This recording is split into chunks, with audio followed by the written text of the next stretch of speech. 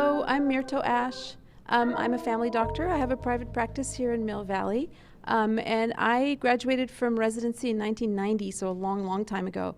And I did conventional family medicine for close to 20 years before I stopped working because I have 3 little boys at home and I wanted to spend more time. Things were getting a little crazy.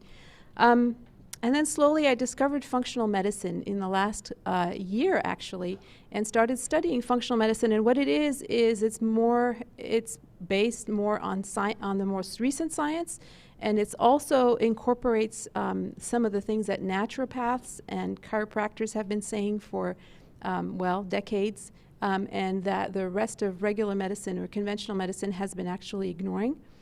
Or actually even putting down, and sort of tries to bring everything in and comes up, and when you do that, you actually end up with a new way of looking at things. So I thought this was really exciting. I've been treating some of the issues we were going to be talking about, like diabetes, for years. We're going nowhere with that. People just get worse, a whole bunch of pills that they have to take, and there's got to be a different way. And it was one of the things that really was difficult about working, and now I'm really excited because I've got a different way of looking at things, and then you come up with different explanations for things.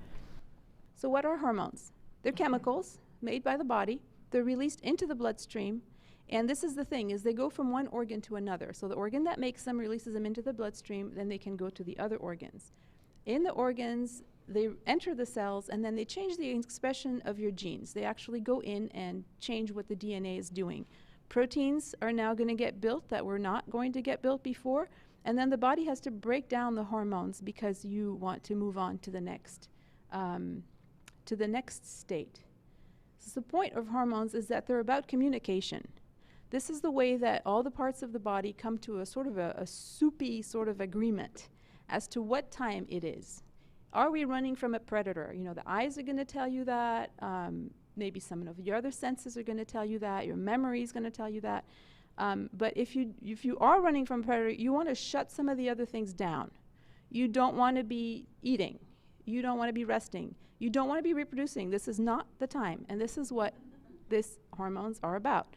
Are we storing fat or are we using it up? This is the sorts of things that we have to decide as a whole body. It can't just be your stomach saying, I want food, and then some other part of you saying, no, let's not. Here are some major hormones we've all heard about. Thyroid hormone. Cortisol is an interesting hormone that rises in response to chronic stress. And we'll talk a little bit about it because it actually starts to mess up insulin's function. Insulin stores glucose. It's a storage hormone. It has a lot to do with Americans getting fat. Estrogen prepares the body for pregnancy, one of the things it does. And each one of these has a major function, but then they also sort of dabble in other things. Where are hormones made? In basically all the different parts of the body. The brain makes a ton of hormones. The adrenals, of course, that's all they do. Pancreas makes insulin. The thyroid makes a bunch of things that Michelle Perra is going to talk about. The ovaries, of course, we've heard about. The heart makes hormones. Fat cells make hormones. In fact, it may be one of the major things fat cells do. They make a lot of different hormones. Once your ovaries quit, fat cells are going to be making most of the estrogens you have to go on. So they're really important as an endocrine organ, as making hormones. The intestines make a lot of hormones. Sometimes we don't call them that.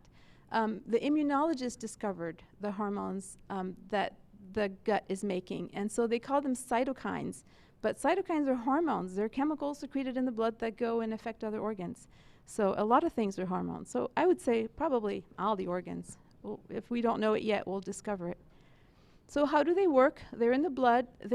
Some of them have to find a receptor with their name on it. It has to be an insulin receptor, or insulin cannot go in that cell. Other hormones can actually go anywhere they want, and then once they're inside the cell, they might find something to link with that's going to cause this reaction where they're going to go in the nucleus and change the DNA. What's interesting is that cortisol, for example, is one of those hormones that doesn't need a receptor. So if it's up because of chronic stress, it's going to go and turn down the insulin receptors, and that is going to cause insulin resistance. We've heard a little bit about insulin resistance. It's a problem with that eventually leads to diabetes. And the reason for that is kind of because when we feel stressed, cortisol rises. the body knows that it's time to have a high blood sugar level because you might have to run from a predator, or maybe there's a famine, and so we're stressed. Cortisol's up. This is not a time to store fat. Cortisol says the sugar should be high, and so insulin doesn't get to work as well as it otherwise would. So this is something about stress.